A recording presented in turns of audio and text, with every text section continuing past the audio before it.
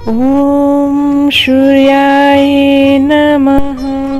ओम शिव शंकराय नमः। नमस्कार दोस्तों, आप सभी का स्वागत है मेरी YouTube चैनल माँ गायत्री पर। आप सभी को आज मैं रविवार व्रत की कथा सुनाने वाली हूँ। सनातन धर्म में सूर्य देवता प्रमुख देवताओं में से एक है। वैदिक काल में सूर्य भगवान की पूजा चली आ रही है। माना जाता है कि जो भक्त सच्चे मन से सूर्य देव की पूजा उपासना करता है, उसकी सभी इच्छाएं सूर्य देव अवश्य पूरी करते हैं। सूर्य देव एक ऐसे देवता हैं जिनके हम हर दिन साक्षात दर्शन करते हैं।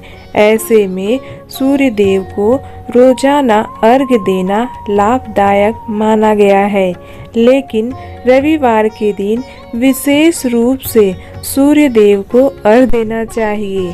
सूर्य देव की पूजा करने से सुख संपत्ति, धन संपत्ति बनी रहती है और सूर्य देव भक्तों को दुश्मनों से दूर रखते हैं। दोस्तों, हमने सूर्य देव की गुणवत्ता देख लिए। अब चलिए हम सूर्य देव की व्रत कथा सुन लेते हैं।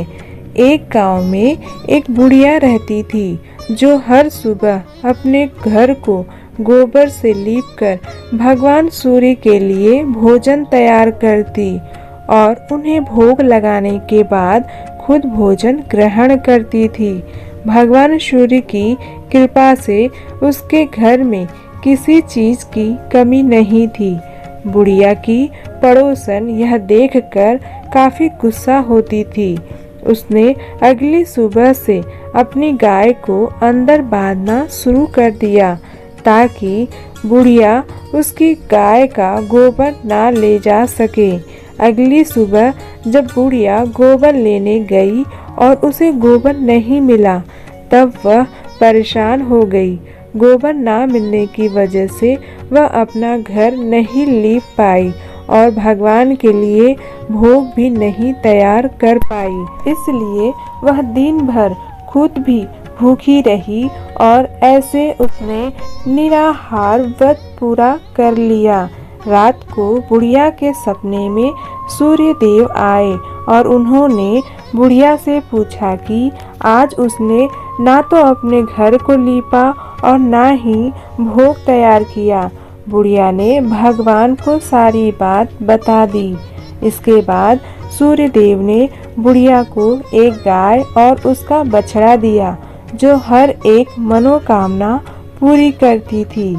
सुबह जब बुढ़िया उठी तब उसने अपने घर के बाहर एक सुंदर सी गाय और बछड़ा देखा। गाय और बछड़े को देखकर वह बहुत खुश हो गई और दोनों को अपने आंगन में बांधकर चारा खिलाने लगी। जब पड़ोसन ने बुढ़िया की गाय और बछड़ा देखा तब उसे बहुत गुस्सा आया। अगली सुबह बुढ़िया के जागने से पहले पड़ोसन जाग गई और वह जब बाहर गई तब उसने देखा कि गाय ने सोने का गोबर दिया था। वह यह गोबर चुराकर अपने घर को लीपने लगी। कई दिन तक ऐसा ही करती रही। जब सूर्य देव को इस बात का पता चला तब उन्होंने शाम को एक जोरदार आंधी चलाई, जिसकी वजह से बुढ़िया ने गाय और उसके बछड़े को अपने घर में बांध दिया। अगली सुबह जब बुढ़िया उठी तब उसने देखा कि उसके गाय ने सोने का गोबर दिया है। तब से बुढ़िया हर रोज गाय को अपने घर के अंदर बांधने लगी। यह देखकर पड़ोसन हमेशा गुस्से में रहती थी। एक दिन उसने यह बात जाकर राजा को बता दिया।